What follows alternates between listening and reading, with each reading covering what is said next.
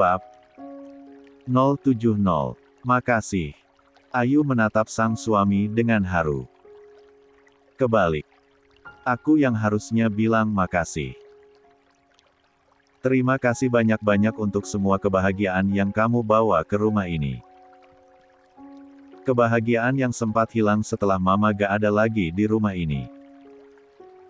Bahkan kakek pun, sudah tak pernah lagi terlihat bersedih. Itu semua berkat kehadiran dirimu, sayang, tukas Davin sambil menangkup kedua pipi sang istri lalu mendaratkan kecupan hangat di keningnya. Ngomong-ngomong, lagi hamil gini, boleh anu gak ya? Davin nampak salah tingkah mau mengungkapkan.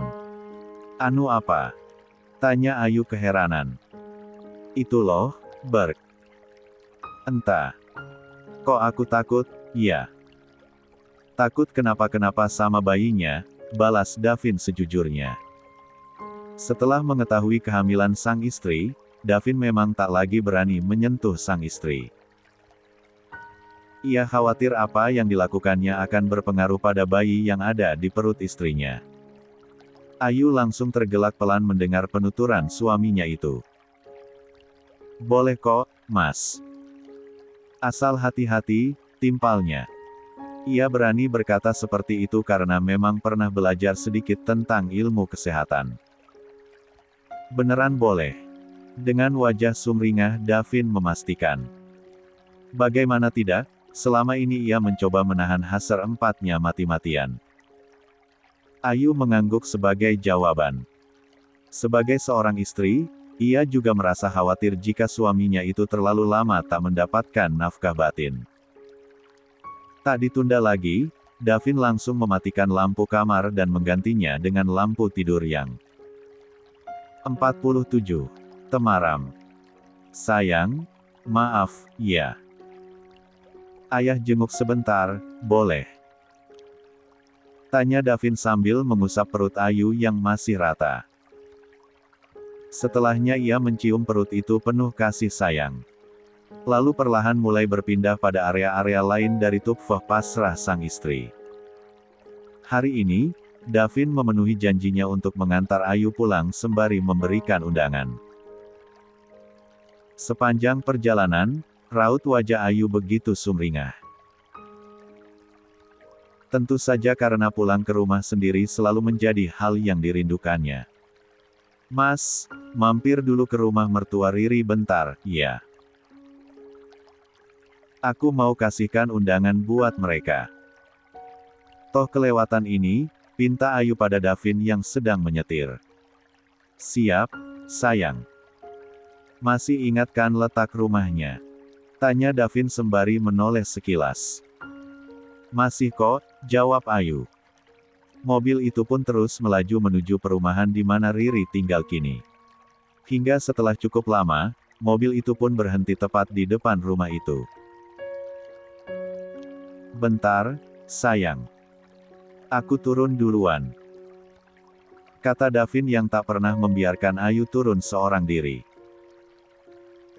Dengan begitu perhatian, Davin mengulurkan tangannya dan membantu istrinya turun dari mobil. Pun saat berjalan menuju teras, Davin terus saja menuntun tangan Ayu dan tak melepaskannya. Setelah menekan bel sambil mengucap salam, pintu rumah itu akhirnya terbuka. Memperlihatkan sosok Riri yang kini penampilannya jauh berbeda dengan dulu. Bahkan kini, wajah saudara tiri Ayu itu nampak sangat tirus dengan bobot tubuh yang lebih kurus dari terakhir kali Ayu melihatnya. Hanya perutnya saja yang mulai terlihat menonjol.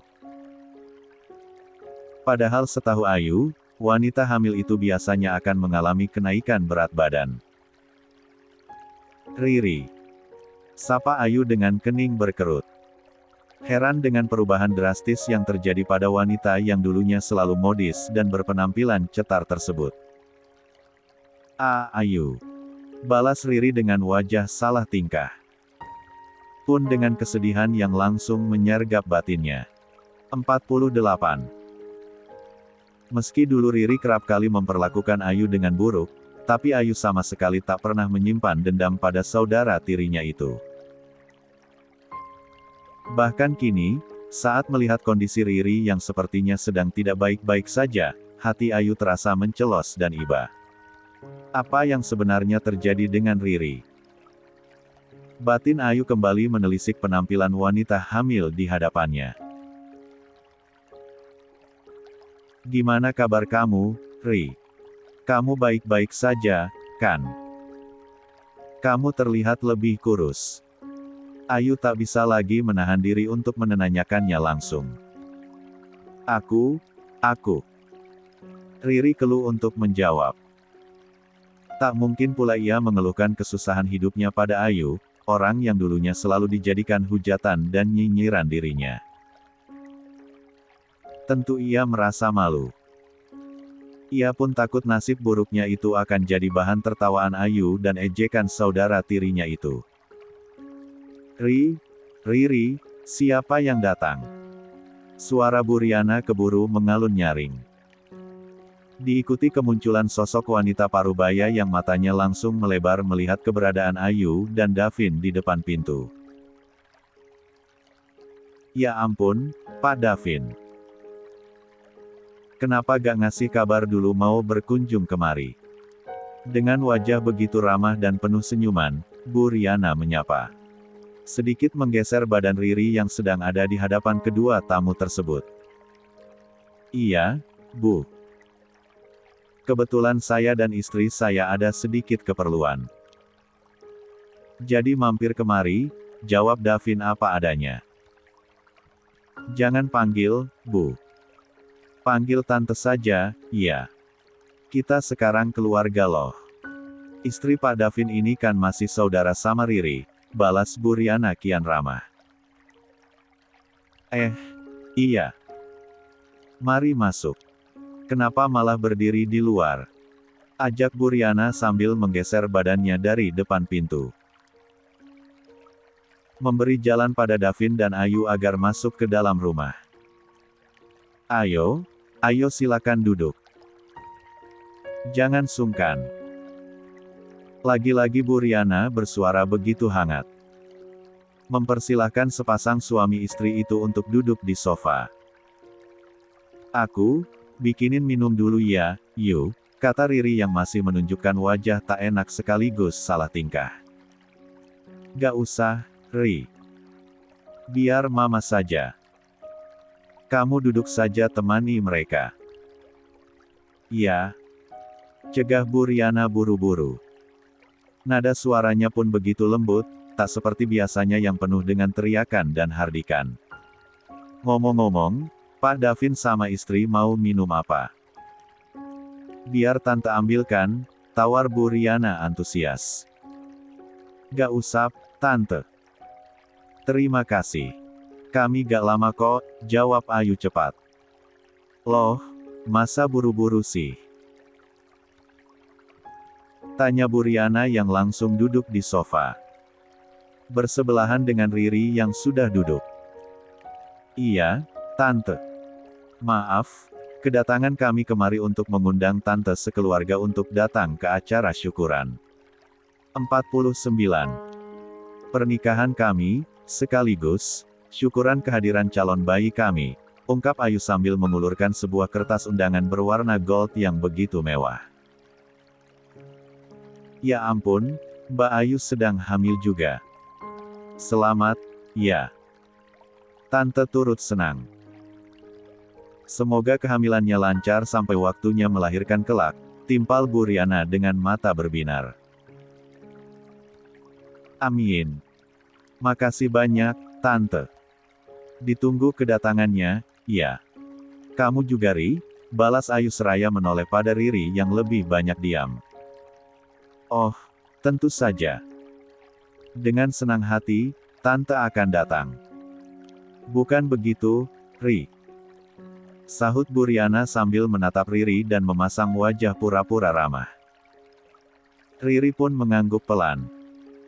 Meski raut wajahnya nampak datar dan tak ada senyuman sama sekali. Oh, iya, Ri. Sering pulang ke rumah. Tanya Ayu penasaran. Mendapat pertanyaan itu, Riri seketika menelan ludah. Matanya nampak berkaca-kaca dengan rasa rindu yang begitu membuncah.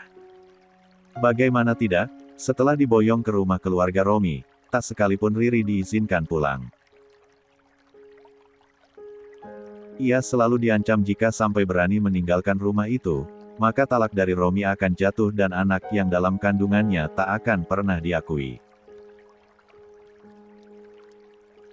Jangankan pulang, bahkan untuk sekedar berkomunikasi lewat ponsel saja seringkali diawasi oleh mertuanya tersebut. Seperti biasa, dia diancam untuk tidak pernah mengadukan hal yang aneh-aneh. Riri sangat betah tinggal di sini. Dia gak pernah minta pulang. Lagi pula Riri sedang hamil. Kehamilannya semakin lama akan semakin besar. Jadi lebih baik di rumah saja dan tidak kemana-mana. Biar kandungannya aman. Benar kan, Ri? Lagi-lagi Bu Riana berdusta dengan semua ucapannya. Riri hanya bisa menunduk takut-takut. Ia khawatir air matanya akan jatuh dan tidak dapat disembunyikan lagi. Ri. Bu Riana menyenggolengan Riri pelan. Iya, jawab Riri singkat dan begitu pelan. Oh, syukurlah kalau begitu. Setelah menikah, tinggal bersama suami memang sesuatu yang sangat membahagiakan. Bisa terus-menerus bersama dalam kondisi apapun. Apalagi dalam kondisi hamil seperti ini yang ingin selalu dimanja dan diperhatikan, timpal Ayu dengan senyum merekah. Riri hanya menanggapinya dengan seulas senyum tipis. Namun jauh dari dalam lubuk hatinya, perasaannya begitu tercabik-cabik. Karena jangankan dimanja dan diperhatikan, dia bahkan diperlakukan bak pembantu yang tak ada harga dirinya. Berbeda halnya dengan Ayu. Bahkan sejak saat Riri melihat kedatangan saudara tirinya itu, ia sudah bisa melihat sebesar apa rasa cinta laki-laki yang dulunya seringkali dihina preman dan urakan oleh dirinya. Tangan yang selalu menggenggam tanpa melepaskan. Juga sesekali mengusap lembut kepala Ayu dan menatap istrinya itu dengan penuh cinta. Berbeda halnya dengan Romi yang tak pernah berkenan untuk menatap Riri berlama-lama. Apalagi menatap istrinya itu dengan tatapan penuh kasih sayang. Hadeh, empet tahu gak sih aku lihat wajah kamu? Ejek Romi setiap kali Riri menanyakan kenapa dirinya tak pernah disentuh lagi oleh suaminya itu. Ngaca dong, Ri. No ada kaca gede di kamar. Lihat tuh muka. Kusam, berminyak, pori-pori besar. Belum lagi badanmu yang bau minyak urut. Mana mau aku dekat-dekat, lanjut Romi. 50. Membuat hati Riri teriris perih. Kok kamu nyalahin aku sih, Mas? Aku kayak gini juga karena kamu gak pernah kasih aku nafkah. Padahal untuk perawatan wajah itu butuh modal. Butuh uang, Mas. Apa kamu kasih aku uang? Belum lagi aku di sini harus mengerjakan seluruh pekerjaan rumah yang bikin seluruh tubuhku pegal-pegal gak keruan. Apa kamu pernah pijitin aku? Enggak kan? Makanya satu-satunya cara untuk mengurangi rasa pegal itu dengan menggunakan koyo, jawab Riri kala itu. Ia tak tahan lagi mendengar cibiran demi cibiran yang dilontarkan sang suami padanya. Berharap suaminya itu akan sedikit saja terbuka mata hatinya. Namun, bukannya terbuka, Romi malah murka. Ia langsung mendaratkan satu tam 4 ran di pipi Riri dengan tatapan tajam. Beraninya kamu bilang seperti itu sama aku, hah? Mulai berani melawan, iya. Harusnya kamu sadar. Pernikahan ini terjadi karena kamu yang ngemis-ngemis sama aku buat dinikahi. Bukan aku yang mau nikahi kamu, jadi jangan pernah menuntut apapun dariku. Mau itu nafkah lahir ataupun batin. Mau mengakui bayi itu adalah anakku saja sudah untung. Bagaimana kalau aku tidak mengakui? Mau kamu dan keluargamu malu karena punya anak gak ada bapaknya. Hardik Romi dengan tatapan nyal 4 nanogram. Sudahlah, aku mau pergi. Pusing aku ada di rumah juga. Sepet mataku terus-terusan lihat wajah kamu itu. Awas saja kalau lain kali kamu berani melawan kayak gini lagi, lanjut Romi sambil berjalan kasar keluar dari kamar, diikuti suara pintu yang berdebum karena ditutup dengan kencang hingga membuat Riri melonjak kaget.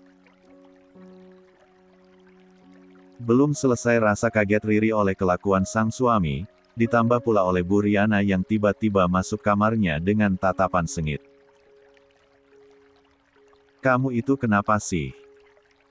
Gak bisa banget bikin suami betah di rumah. Ada saja masalah yang kalian ributkan setiap harinya. Mama pusing tahu dengernya. Bisa-bisa tekanan darah mama sering naik kalau kayak gini, tukas Bu Riana yang lagi-lagi menyalahkan Riri. Bukan Riri yang salah, Ma, balas Riri ingin membela diri.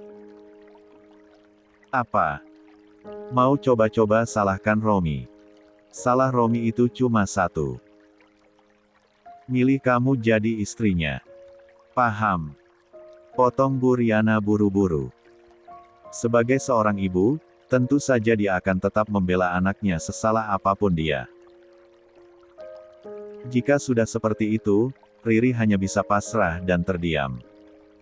Semua rasa kesal, sakit, marah dan kecewa, hanya bisa dipendamnya dalam-dalam. Tanpa tahu pada siapa harus diluapkan. Tante, kalau gitu kami permisi dulu, ya. Kami mau langsung pulang ke rumah Bapak soalnya. Penuturan Ayu membuat lamunan Riri langsung buyar, hatinya semakin mencelos mendengar jika Ayu akan pulang. Sungguh, dia pun ingin pulang. Dia rindu rumah itu, rindu ibunya, dan rindu dimanja seperti dulu lagi. Loh, kok buru-buru sih? Tante siapkan makan dulu, mau ya? Biar kita tambah akrab, tawar Bu Riana antusias. Terima kasih, Tante. Lain kali saja. Kami gak punya banyak waktu soalnya. Masih banyak hal yang harus diurusin untuk acara syukuran nanti, tolak Ayu lembut. Oh, baiklah kalau begitu. Hati-hati di jalan, ya. Jangan lupa lain kali mampir lagi ke sini, balas Bu Riana begitu ramah. Insya Allah, Tante. Mari Tante, Riri, kami permisi dulu. Assalamualaikum, timpal Ayu sambil bangun dari duduknya. 51. Waalaikumsalam, sahut Bu Riana sambil mengantar Ayu dan Davin menuju teras. Pun dengan Riri yang juga masih memperhatikan saudara tirinya itu. Hati-hati, sayang. Dengan penuh perhatian, Davin memegang tangan Ayu di setiap langkah kakinya. Membukakan pintu mobil, lalu membantu sang istri untuk naik ke atasnya dengan sangat hati-hati. Menyaksikan semua itu, hati Riri kian iri, dia merasa, nasib Ayu begitu baik dan beruntung. Berjodoh dengan pria kaya yang begitu mencintainya. Berbeda halnya dengan dirinya yang bernasib sebaliknya. Riri, sekarang kamu punya tugas baru, tutur Bu Riana setelah mobil Davin meninggalkan halaman rumahnya. Maksud Mama? Tugas apa? Tanya Riri keheranan. Mama tahu, selama ini, hubunganmu dan saudara tirimu itu tidak baik.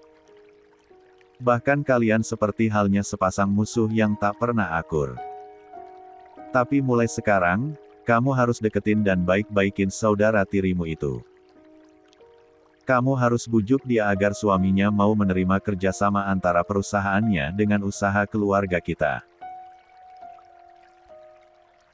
Kalau kamu berhasil, maka kamu gak perlu lagi mengerjakan pekerjaan rumah seperti sekarang ini. Karena mama akan kembali mencari pembantu.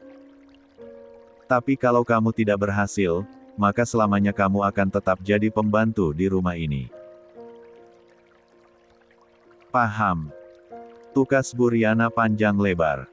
Riri terdiam. Apa yang dikatakan ibu mertuanya itu memang benar. Selama ini, dirinya dan Ayu memang tak pernah dekat apalagi akrab.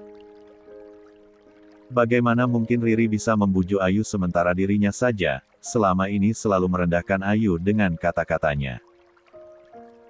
Lalu, apakah kini, giliran Riri yang harus merendahkan harga dirinya demi mencuri hati keluarga sang suami? Pikir Riri menimbang-nimbang.